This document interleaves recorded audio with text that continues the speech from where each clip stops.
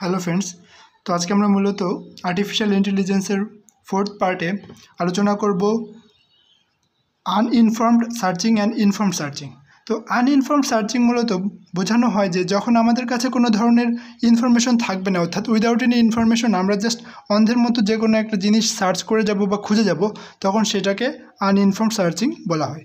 তো এইটার ক্ষেত্রে আরেকটা নামকরণ করা হয় যে ব্রুট ফোর্স মেথড অথবা ব্লাইন্ড সার্চিং। অর্থাৎ আমরা লাইক কোনো একটা গলি বা কোনো একটা জায়গা খুঁজতেছি কোনো একটা জায়গা থেকে, তো এখান থেকে আমরা হয়তো 3টা রাস্তা বের হয়েছে, সেই রাস্তা থেকে আবার সামনের দিকে 3টা বা 2টা রাস্তা বের হয়েছে। এইভাবে যদি আমরা ক্রমান্বয়ে না জেনে সে কোনো ইনফরমেশন না পেয়ে খুঁজে যাই, তাহলে এই সার্চিংকে বলা হয় আনইনফর্মড সার্চিং।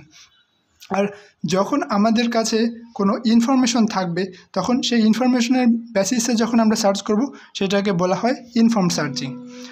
তো ইনফর্মড সার্চিংয়ের ক্ষেত্রে খুব ইম্পর্টেন্ট একটা টার্ম হচ্ছে হিউরিস্টিক সার্চিং। অর্থাৎ এটাকে আমরা কোনো অ্যাজাম্পশন অথবা কোনো ইনফরমেশনের ভিত্তিতে যখন কোনো কিছু সার্চ করব, লাইক আমাদের কাছে যদি 5টা যে কোনো জিনিসের নমুনা থাকে এবং সেখান থেকে আমাদেরকে একটা নির্দিষ্ট নমুনা খুঁজে বের করতে বলা হয়, তাহলে আমাদের সেইটার জন্য হাইয়েস্ট পসিবল স্টেপ হতে পারে 5টার জন্য 4 ফ্যাক্টোরিয়াল। অর্থাৎ n সংখ্যক নমুনা অথবা n সংখ্যক স্যাম্পল থাকলে n-1 ফ্যাক্টোরিয়াল হাইয়েস্ট পাথ হইতে পারে।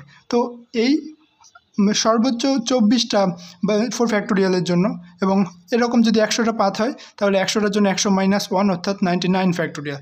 সো এখানে আমরা একটা নির্দিষ্ট সংখ্যক পাথে খুঁজলেই সেই আমাদের টার্গেটে পৌঁছাতে পারবো। তো এটাই মূলত ইনফর্মড সার্চিং। দেন আনইনফর্মড সার্চিংয়ের ক্ষেত্রে আমাদের যেহেতু কোনো নলেজ নেই বা কোনো গাইড নেই, তো এটার ক্ষেত্রে টাইম কনজিউমিংটা অনেক বেশি হবে। আর যেহেতু আমাদের ইনফর্মড সার্চিংয়ের জন্য নির্দিষ্ট অ্যাজাম্পশন অথবা নলেজের ভিত্তিতে আমরা স্টেপ ফলো করে সলভ করব অথবা সার্চ করব, সেজন্য আমাদের এটা খুব কুইক সলিউশন পাওয়া যাবে।